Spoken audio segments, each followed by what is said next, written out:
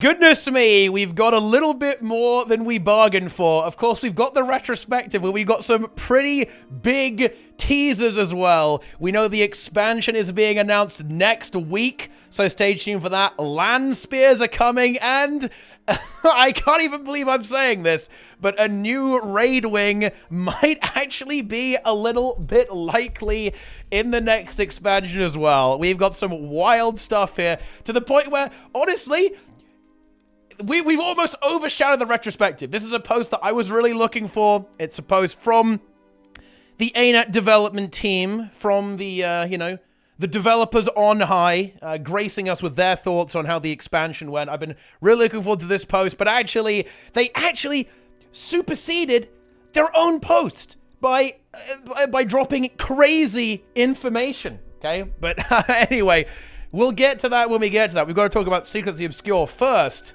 And well, next week I hope you've all got your pre-order buttons ready. But anyway, let's go. Let's get into this right now. Secrets of the Obscure, looking back and forward. Josh Davis here, not a grouch, by the way. Game director for Guild Wars 2. Last week's content update was a significant milestone for us, both technically and symbolically. It marked the final major release for Soto, and our first foray into the annual expansion model announced in early 2023. As we conclude one chapter with the final content update of Soto, we are eagerly preparing to unveil the details of our next expansion before we get all swept up by next week's news. Exciting.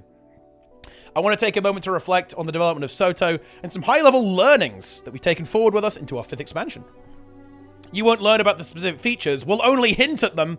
Setting or story of our next expansion in this blog post, that's for next week. Wow, they're really hamming it up there, making sure we get the message here. But you'll have a better understanding of how we're approaching its development. So, I mean, look at that. Pretty cool. Look, guys, he's got 4 arms. It's Isgaran. Retrospective.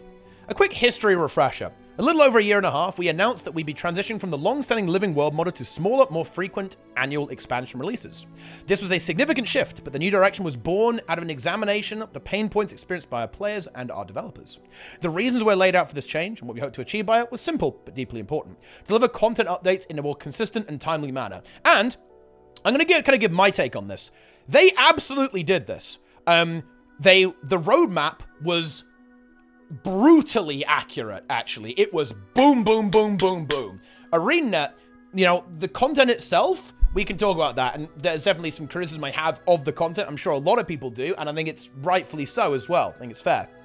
But you have to give them this. They had a plan, they had a roadmap, and they 100% did it, with a couple of little extra things in there as well. So if we're looking at this, their goal, this was an absolute success. They 100% were consistent, were timely, and they nailed it every single time. So that is fair. Provide better support for the systems and game modes that make up the Guild Wars 2 experience. This is another one where Soto was a resounding success, actually. One of the weakest parts of Guild Wars 2 is that old systems are left to completely rot. And we have seen some really good updates to this, actually. This is probably the best thing about Soto, actually, was that they added a lot of quality of life. They fixed out-of-date systems. They're doing the rework to World vs. World, which is really cool. That's a really nice thing there as well. We've got the PvP stuff coming up as well. Better late than never, right? They have looked at reward structures, all that kind of stuff, like in-game options, right? Like they fixed some of the key binding stuff, right? Like they've even changed action cam right now to have the better reticule as well. They did the in-game graphics settings as well, and a whole bunch of that I'm probably forgetting right now. They did a good job of this, actually.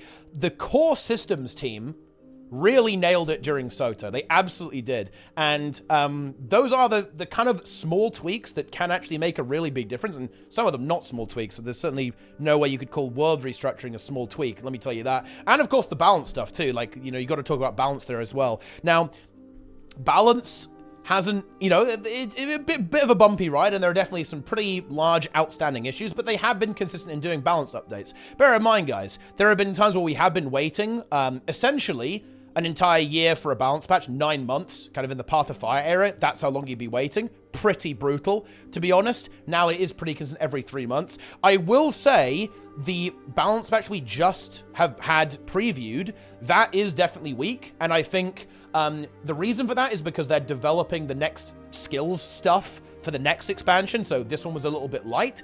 That's a problem they need to address. That can't happen, in my opinion. I think that every balance patch should be exciting. It shouldn't just be a little tick they have, and that's kind of what this one feels like to me. It's like, oh, we have to do a balance patch. We need to, we need to have a little tick in the box next to our quarterly update, basically. And that's not what we like to see. But anyway. Enable ArenaNet employees to enjoy a better work-life balance. This is actually very high tier, to be honest. And I think this definitely says a lot about ArenaNet as a company. ArenaNet is a company that I think has a reputation for being ethical, which is actually incredibly uncommon. If you look at the wider gaming industry, there's a lot of crunch going on, a lot of poor ethics, both in business and also the workplace. I think this is actually a very respectable goal. And of course, this does not necessarily directly affect us as players, but I mean, look, it's nice to be enjoying an ethical video game. We love to see it. Yeah, I think this is actually pretty cool. This is pretty cool, actually. We love to see that with, all the pretty unpleasant stuff that we hear with many companies, okay, when it comes to working their developers, write more lines of code, make more art, do it. Now that we've completed a full expansion release cycle, I can confidently say we've made significant strides towards these goals. But as with all things, there's room for improvement, both in terms of the content we deliver and the processes through which we deliver it. For today, I'm going to focus on some of what we've learned on the content side of things. Well, I love content, so that's good news. Story. The conclusion of the Elder Dragon saga in Guild Wars 2 Ender Dragons presented us with a unique opportunity to delve into a different kind of storytelling. We aim to focus on deeper narratives grounded in the characters and circumstances around the player character. However, with Soto, our ambition led us to take a broader scope than was feasible. We introduced a lot of new characters, and the plot was too complex for what can be reasonably handled within an annual expansion. This left some character interactions feeling rushed, and the story threads unexplored. More isn't always better. And that's actually very fair and very honest. I respect that a lot. Because what they're talking about here is how they tried to do Ceres and Eparch in one expansion, how they wanted to introduce Mabon, they wanted to bring Zojja back, they wanted to bring Isgarin into the mix, and, I mean, they're right. They did not have anywhere near enough time to deal with all of this, right? They had characters just introduced, killed off immediately, right? Like, you never really actually get to delve into this. Eparch was criminally undeveloped as a character. Ceres felt very rushed. Like, the third act in particular of Soto was like, boom, lightning flash as you blaze through all of that. Yeah, for sure. I think this is very accurate. This is an incredibly accurate assessment of, I think, how the story in general went with Soto. So, yes, true. We learned a lot from this experience and have a much greater understanding of story scale with our new release structure. For our next expansion, we're going to tell a more grounded story set in a new region of Tyria, with more of a focus on local threats and the global conversation around those threats. Tyria, despite all its challenges, has continued to stir. While we leave Naos and the Cryptus to enjoy their newfound freedom, the story will pick up on some threads started in Guild Wars 2 Secrets of the Obscure, continuing with the Astral Ward arc, their moral ambiguity, and their relationship to Tyria. So, yeah, this is actually a really interesting one. So the story is going to be semi-attached to Soto, and I'm not a huge fan of that, actually. I think it was actually a mistake to bring Zojja back in Soto, purely because a brand new player to Guild Wars 2 leaping into Soto isn't going to necessarily have that context of who this character is. I guess it's okay because you might expect them to play through 1 to 80 and then go into Soto directly afterwards, I guess. However, I really, kind of look at the way they're doing story now, like with yearly expansions, it makes a lot more sense for them to be discreet and kind of have self-contained characters. I do like that they are going to be a lot more grounded here. I think that's really good, actually. And it's going to be, about the player a lot, right? And like what's going on there, what's going on in the world. That actually sounds really cool. I hope they do that. Well, I mean, look, they're saying it. I believe them, obviously. I like that. That is cool. The Astral Ward are an interesting faction, and maybe they'll end up kind of being almost like a permanent thing. Like, it will be interesting if the Wizard's Tower kind of did become a permanent hub. Instead of making a new hub for every expansion, it's always the Wizard's Tower. That could actually be pretty interesting, because is it a good idea to spend some of your development on building a brand new hub every expansion? No, it's not. Probably a bit of a waste of development resources.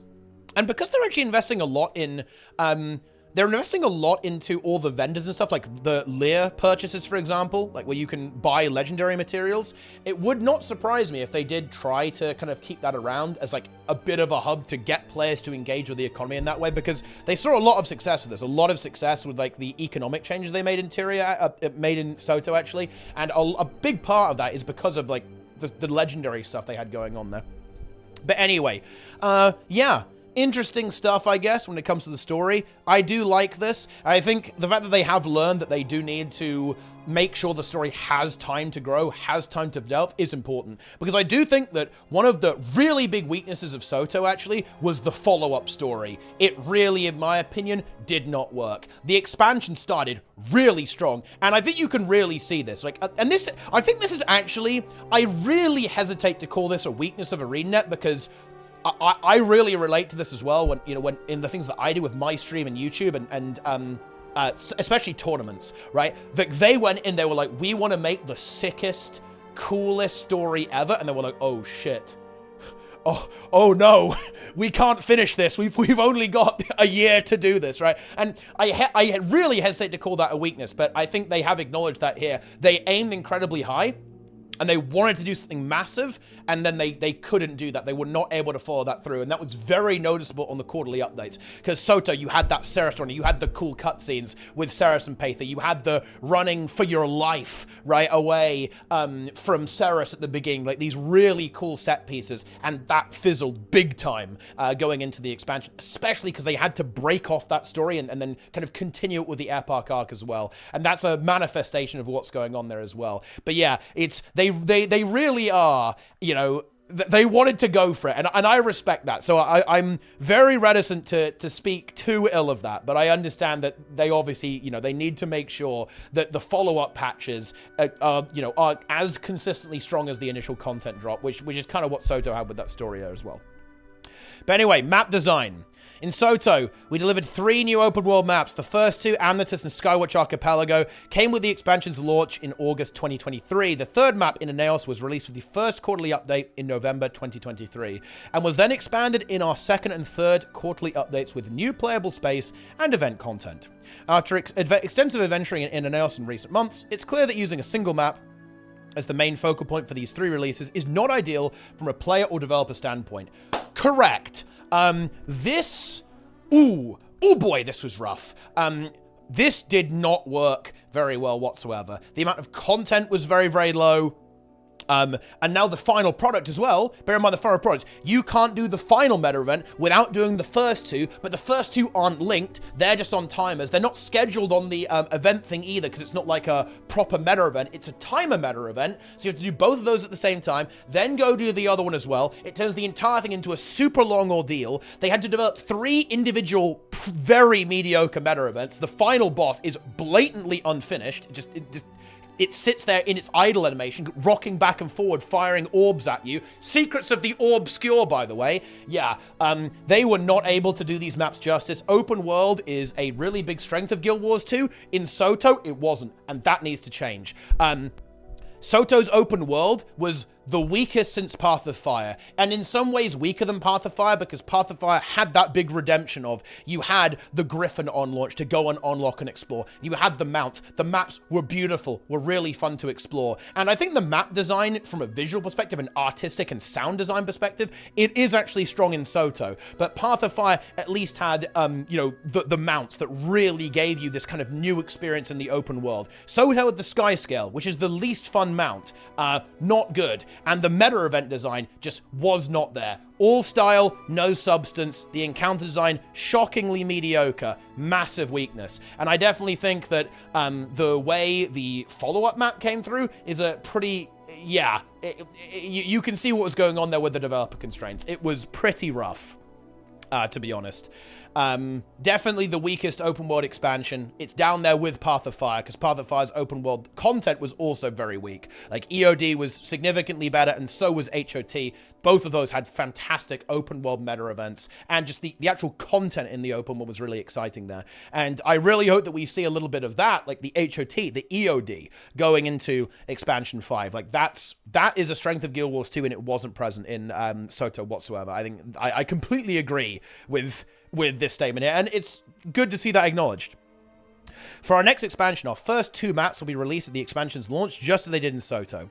However, the final map will arrive in the second quarterly update and be expanded upon in the third, meaning it will be expanded on for 2 releases, so 2 and 3, like Bureau Marches and Drizzlewood Coast. Not only does this give our team a bit more time to develop the third map, it also means that the story during the next expansion cycle will better leverage all 3 maps and take you back to familiar areas from your past adventures. I think from a thematic standpoint, I think that's actually quite cool. What that means is the first patch is still going to happen in the 2 maps that we've already got on launch. And I actually do like the idea that, you know, the story isn't necessarily, like, directly linear going through all of it. Like, we've already seen them try to update older maps with, like, new adventures and, like, new stuff like that. So it looks like they're going to be doing that with the story as well. You have to go back and something else has happened there. Yeah, I think that's actually kind of good. I think that makes it quite immersive from a story experience there as well. And yeah, I do like the idea that the actual third map is going to be better formed, and will have, you know, more time in the development oven, as it were, to be fully baked instead of half-baked. That seems like a good strategy to me, if you ask me. While the first quarterly release after the expansions launch won't include the third open world map, as it did with Soto, there'll be plenty of new content to keep you busy in that time frame, in terms of story, open world content, and encounters. I know that's a little vague, again, check back in the next week, but rest assured that the first quarterly release will include something really exciting that players have been requesting for over 5 years. Oh boy, this is very interesting. So, let's cut to the chase here. I actually think this very strongly implies a new raid wing, and let me tell you why. And it's not just me as well. When this post dropped, immediately in my Discord, people started posting the release date for the Key of Adashim Wing 7. Immediately. And guess what? Yeah, the 5 years thing lines up almost perfectly to the day with, you know, with Wing 7, by the way. And would this be a bit unhinged, considering they kind of committed to strike missions? Yes, but I mean, stranger things have definitely happened. This is ArenaNet, you know, you have no idea what's happening, honestly. You think you do, but then you don't. Very, very interesting. And just to kind of visualize this stuff here as well. Yep, here it is. If you look at raids, it was 2019. Oh, and look what year it is now. Yeah, 2024. 24 minus 5. Yep, that's 19. Lines up perfectly with that. And bear in mind, we had this article a while back, and it's been posted in chat for me, so I can actually go ahead and read that. I think fans will be pretty stoked when they hear about our plans for endgame PvE content in our next expansion. And, of course, that was very vague, but this is still pretty vague, but I think they are really hinting at something. Look, let me put it like this. If it's not Wing 8, this is actually the most cruel bait in history, actually. This is... This is actually like some brutal teasing from the developers if it's not that, and very, very interesting. And it'll be curious to see what that looks like. I think they will probably keep the strike mission design. It will be kind of Ceres style encounter design. Please not Dag though, goodness me. But I think it's going to be an instance, if there is going to be a Wing 8, it will be an instance that has 3 bosses that you have to beat sequentially. Like, ultimately, that is what a raid is. How much separate story it's going to have, that's another thing entirely. Like, stuff like, is it going to have its own map? Is it going to be reused? That's another thing entirely. Is it going to be story bosses somehow? Another thing entirely. I think all of those things would be fine. I definitely think that having 3 bosses, maybe even 4, if they're feeling very generous, like Wing 4, right? Dropping at the same time that you have to work through is very, very exciting. Like, if they're going to do this, they must do the big brain move. They need to make it have a story mode so that players who are interested in that story experience are going to be able to play this content and experience it. They need to make it so that it can be accessible to those players in some way. They absolutely must have that. They need to make sure that there is something for the mid-core players. Something very noticeably absent with Soto was that there's nothing for mid-core players. Normal mode strikes are way too easy, and Ceres CM is way too hard, and Dagda sucks. So, like, there's nothing for that mid-core player. Ceres was great for the uber hardcore player, the sweaty sweats, 100%. Love to see it. It was a great encounter. Very exciting. Still is.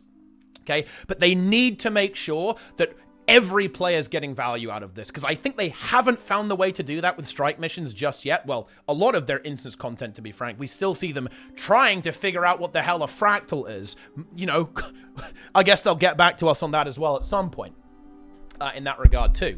But this is big. I will say this is a little bit exciting. You know, will this be a recommitment to raids? I think I would probably guess not. It might be like, oh yeah, maybe this expansion's got a raid. Maybe this one's got strike missions. I kind of mixed it up a little bit. Like, they've got these two formulas that work. I think unifying it under one banner would be good. That would be a big thing. Like, either make them all raids or all strike missions. They should probably call them raids. That word is very evocative. It's not a surprise they're calling fractals dungeons these days. Fractal dungeons. They should just call them all raids. Like, strike missions should become raids as well. Let's not mess around here. They should unify all the reward structures. All of that should get bundled together, because otherwise it's just an absolute clown fiesta mess. But that is, of course, another thing entirely. And yeah, there's going to be open world content as well. So, I mean, well, you're still going to have the meta events, of course, on launch. Again, this is a big weakness for me of Soto. I want to see actual meaty open world encounters. I don't want to see an orb collecting frenzy. I don't want to see mashing one on the sky scale to fight tentacles. I don't want to see AFKing while the boss does absolutely nothing. This is not what I'm looking for in Guild Wars 2. And actually, many people may be surprised by this, but I have said this a lot, actually, and I'll repeat it here. My biggest disappointment with Secrets of the Obscure was, without a shadow of a doubt, the open world content. That was by far the thing that I was like, man, this is actually not good. So I really hope to see that trend reversed with the new expansion, and we see some like proper actual encounter design in the open world as well. And hopefully they're able to maintain that with the strikes, or, well, Wing 8 if they're doing Wing 8. And, of course, the Fractal as well. You know, I think that, and I guess this might be a little bit too high level to discuss here, but one thing that I haven't seen here in terms of map design, and we're going on to features next, but something leaving the water. I don't know. I don't know if this would fit in a post like this, but it is a bit weird that the design of the maps and the encounter design here is not being mentioned. That, again, that might be a little bit high level for a post that is quite down to earth, that is very grounded here, too nitty gritty basically, but the encounter design in Soto was not very good. Everywhere, actually. Open world was very not good. Strike mission design was very not good. They just got Ceres, and Ceres was really good. The fractal design is also not very good. Yeah, it's very rough. Like, encounter design is something they definitely struggle with. Right now, it might be the time constraints. It might be the development schedule. I don't know. It isn't being talked about here, which I do find a little absent, to be honest. But who knows? Who knows? Again, might be a little bit too complex for something like this, but it would have been nice to hear about this. But anyway, I kind of derailed myself 17 different times now because of the Wing 8 cope, and yeah, I know this is a little bit Illuminati, right? Like, oh yeah, you know, triangle has 3 sides. Okay, Eye of Janthir is a triangle. Wing 8 confirmed. All this kind of stuff. Like, I don't know. 5 plus 3 equals 8. We can do that, guys. Triangle has 3 sides. 5 years in the post. 5 plus 3 is 8. Wing 8 confirmed. Yeah, but whatever. You get the idea. The open world had better be good. Let's move on. Features. MMOs are made up of numerous gameplay systems and content types, each of which with a different role in the game experience. As games go on, they tend to accumulate more and more systems and features and expansions and like, which is fine if there's effort put into maintaining and updating those systems. Honestly, sometimes you have to cleanse your game of worthless systems, though, or combine them. Okay, that sometimes does have to happen. Looking back over the game's history, I think this is maintenance and upkeep is one of these areas where we've fallen short. At times even falling into the trap of releasing new features for the sake of releasing new features, even if they overlap with something that already exists. Yeah, like the Jade bot, like skiffs, like strike missions, like fractals. Yeah, you know, we can go on. There's many things here where they just keep adding new things for no reason. pretty much, instead of fixing old things. They could also go back and address issues with old systems too, but, like, that's no fun. But apparently, maybe they're going to do that. This is something we've been referring to internally as putting a hat on a hat. Over the last 2 years, we put much more of a focus on upkeep and iteration of systems and avoiding unnecessary bloat where possible. We put more of a focus on maintaining live game systems, and with Soto, we even went to the extent of entirely reworking existing features. Yeah, like World versus World and the Wizard's Vault, which is a good example of this strategy working out well for us, and you can expect to see a new system being introduced in Expansion 5 that adds a meaningful new way to spend your time in Guild Wars 2, while using this as an opportunity to greatly improve the player experience with related existing game systems. Now, this is very vague, and, I was kind of scratching my head about this. I don't think there's really any evidence or they're not really pointing anywhere with this. And I'm thinking of new expansion features. The one that immediately comes to mind, and I think this comes to mind for everyone, is player housing. Like, I'm not actually going to spend too much time speculating on this, because we're going to know next week anyway, so who cares? But I do think player housing could be pretty cool. I think guild halls are a really, really cool system, and that would be a little bit of an overlap there, but they could kind of combine them or even improve both of them simultaneously. They could also draw a distinction between them, and use, like, the guild hall as like a social player constructed content thing for like beetle tracks and PvP arenas, and you have the player housing thing, kind of combine it with the home instance basically, right? And then like give you a proper thing, because the home instance is kind of scuffed. It's not really player housing. It kind of is, but it kind of isn't. And I think it was kind of supposed to be a little bit like player housing, but yeah, whatever, not really. You don't have that level of customization. I get 100% see them kind of combining that home instance with something a bit more customizable, kind of bring in some of the guild hall systems where you can kind of build stuff, like, and oh my god, they can print some money off that. Holy shit, they can fund their game for the next 10 years with getting people to like put chairs and cat chairs all over the place. But anyway, I'm not going to spend too much time on that because I don't think there's that much to talk about that we can really have concrete. We can just basically speculate, but whatever. You can do that in the YouTube comments.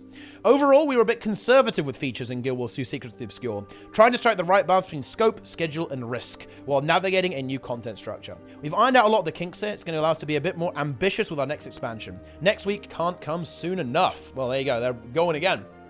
And yeah, 100% true. With this, like, I think Soto definitely didn't add a lot, especially on launch. And this, another thing that's very absent here. I'm really surprised to see this not discussed. The expansion content distribution was off as hell. They had weapon mastery on launch, but that didn't really change the game that much. They had the new weapons, expanded weapon proficiency 6 months after launch, right? Like, you had stuff like convergences coming in after launch, legendary armor after launch, legendary relic after launch. On the actual launch of Soto, there was not much going on that changed up your gameplay loop outside of rifts. Ugh, yeah, that was a big weakness. Surprised to see that not addressed here, actually. To be honest, I think they need to front load their next expansion a lot more with stuff that players can get involved in, content that's actually going to change up your gameplay pattern, big grinds, like fun grinds, like items to go for. That relic would have been a really cool thing to be able to go for on launch, for example, or at least the precursors or something, like something to do with the legendary armor in some way, as opposed to nothing. I actually remember I got really bullied for saying this because I was playing through Soto on launch. I was like, man, I'm going back to Soto. I'm going back to POF and HOT and EOD. Literally, like, now, I'm done. It's over. Like, the expansion is over. And that was after playing for, like, 2 days. Honestly, 1 day even.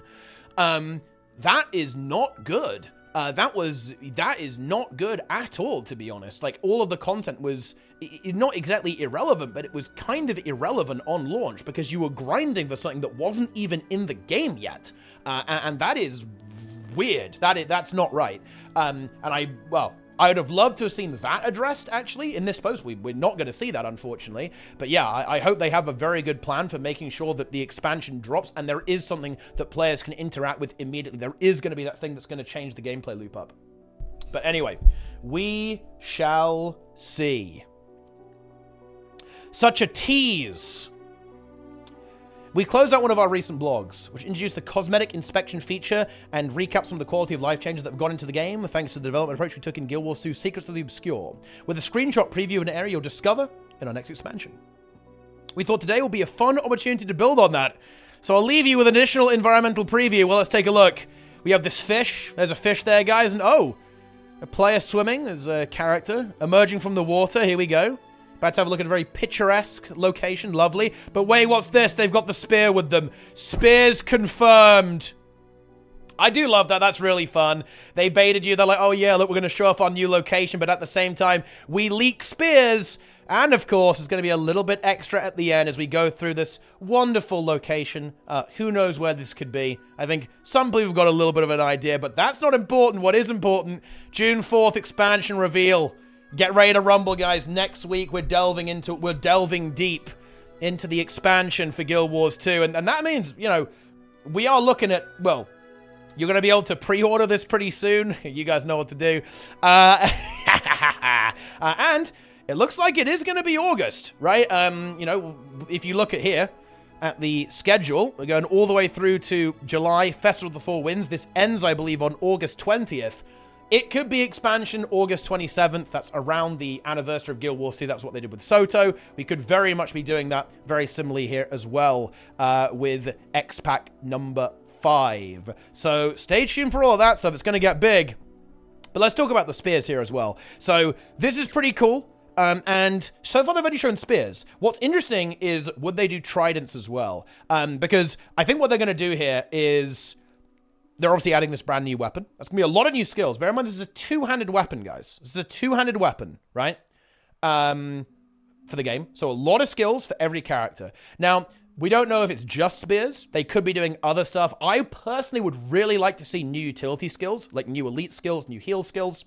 Stuff like that. That would be a great way to balance the game as well. Like some classes, very notably stuff like Elementalist, have pretty weak utility skills overall, especially in the PvE context. That would be a really cool way to actually introduce some like new builds and new spice to all of the specializations in one go. Same as adding a weapon in core as well. Very cool. A lot of skills. I don't think they would do spear guns. If they're going to do two weapons, like half the classes get spear, half the classes get trident, I can see that. Spear guns, I think on land will be scuffed as hell, to be honest. I'm not really a huge fan of this. Now, I think there's a lot of potential with spears, though, because they could be ranged. We've seen ranged spears in Guild Wars 1. So this could be a way to add, look, I know those Ellie mains want a ranged weapon. Maybe you're throwing spears, like flaming spears at people, or you throw a giant icicle at people. Will be really cool. Some of them can obviously be melee as well. Absolutely no problem. Because bear in mind, even underwater, like some spears are melee, some are ranged underwater. This is going to be adding a lot to that as well. It's a potential. I think on the really kind of out there, they could even make some of them one-handed and some of them two-handed. That would be really weird, though, because they'd have to introduce a new weapon type that also shared a skin set with another weapon. That would be weird and jank. In general, ArenaNet doesn't like jank, and I think they're right to not like jank, so they probably wouldn't do that, but that would be like a really out there idea. So I think what's most likely is everyone is getting a spear, brand new weapon, lots of new skills. Love to see that. And this does appear to be on launch, right? Like, there's no way they'd tease this if it wasn't on launch, which to me is huge. You know, I just went on a big rant about how Soto was really weak on launch in terms of content and in terms of like new things to do for the player to engage in. And I love to see this. This is very, very cool as well. I think I would kind of like to see them do trident and spear. I think the reason why they might not go for that is because I think some people might go, man, I really wanted spear, like, you know, for the skins or just the role play of having that. I guess they are kind of very similar role play wise, like a spear and a trident. It's kind of the same thing, but I think it might just end up being probably just spear, I think, if I was going to have to guess, but maybe I'll be surprised and they'll do a trident as well. I really don't think they're doing spear gun. Like, all the spear gun cope in the chat, get out of here. Okay, you're absolute clowns. And I think this probably does point to the fact there'll be a new legendary spear too. I think that will be one of the rewards you can probably go for, hopefully on launch, with a new legendary spear that everyone can collect. And I actually like that. That is cool. That's very cool to me because that will be a brand new thing on launch that is relevant to every player. Every player gets access to spear, cool new weapon skills, new builds, very hype, and then boom. Legendary spear to go after. You got to do the open world. You got to do loads of crazy stuff in the new expansion on those maps. And you're going berserk. Again, like, I'm kind of expecting to see a roadmap for what the expansion is actually going to look like pretty soon, I think. We might even know what's coming before the expansion. That seems quite likely to me, actually. because we knew a lot about Soto before it was, before it existed, right? That's very cool. So we'll probably hear about that. And, well, June 4th. Stay tuned. Guild Wars 2 Expansion 5. That's the title, by the way, guys. That's leaked. They're not calling it anything. It's just Guild Wars 2 Expansion 5. Keeping it descriptive is ArenaNet. We love to see that. But yeah, very cool stuff there with the spear. Land spear is enabled, guys. It is incoming. And let's go to the outro. On behalf of ArenaNet, I want to express my sincere gratitude for your continued support, your passion, and your feedback. Grouch hasn't been reading the Reddit recently. It's not lost on us how incredibly lucky we are to have such a dedicated community behind us. And we look forward to discovering more of Tyria's secrets together with you for years to come. Oh, isn't that sweet? Thanks for reading. I can't believe we're just a week away. There's the week again. Announcing what's next for Guild Wars 2. I'm really excited about what we've created, and I think you will be too. I love to hear it. Josh Davis, Game Director, ArenaNet Leader, Guild Wars 2 Leader, Elementalist Main, signing off. Love to see it. Very nice. And then you get a little bit of a recap here of everything. I do like this nice little visual here. Very cool. Look, they really took my feedback to heart. Like, I can't remember this, but they did one roadmap, and it was just the most ugly, like, color smudge, just like, bleh, ever. And I roasted them for it, and now look at this, guys. Yeah, you're welcome. Okay, you're welcome. Ha ha ha ha. And they go through everything here, that happened in India. And it was, look, a year of content. It was a little bit content light, let's be honest, okay? There wasn't a crazy amount of content for Guild Wars 2. But, as we went over here, there's some growing pains going into the new thing. And, well, we'll certainly see. I'm very excited to see what they've got in store here. And to see what they've kind of iterated on, like what we're going to be going into for this. Like, honestly, more on that later. I don't think I really have anything else to add now. I could stall. But honestly, why would I bother doing that? There's no reason to stall, guys. We've got spears. We've maybe got Wing 8. We've got trees existing. You've got some trees. There's water as well in the new expansion. That's pretty crazy. Little rainbow over there too. Love to see that. But yeah, that's it. I guess I'm done. Those are all my thoughts there. Right. I'm saying this in a video, so I have to do it. I am going to be doing a full review of Guild Wars 2 Secrets of the Obscure, so make sure you subscribe for that. Okay, and leave comments on every video I upload bullying me so I actually do it. It is in production already, so stay tuned. It is going to be epic. I will probably roast the game, so Guild Wars 2 haters is something for you there. And also, I will say some nice things as well. So Guild Wars 2 lovers, that's for you as well. So the good news is it's going to have a little something for everybody within it. So stay tuned for that in that regard. But anyway, that's it now. Thanks for watching, everyone over there on YouTube. Hope you enjoyed it. Be sure to subscribe, like the video, leave a comment, and of course, follow on Twitch as well. Come and subscribe over here. Hand over all your money. You can do that on YouTube too with the join feature. Or on Patreon. There's many things you can do. Yeah, and look, ArenaNet partner, guys. Got my ArenaNet partner hat on right now. Ready to tell you guys to pre-order the next expansion. Probably very soon, so get ready for that as well. But thanks, guys. Hope you guys enjoyed it. I'll see you next time. Thanks for watching. Take it easy, gamers. I'm out of here.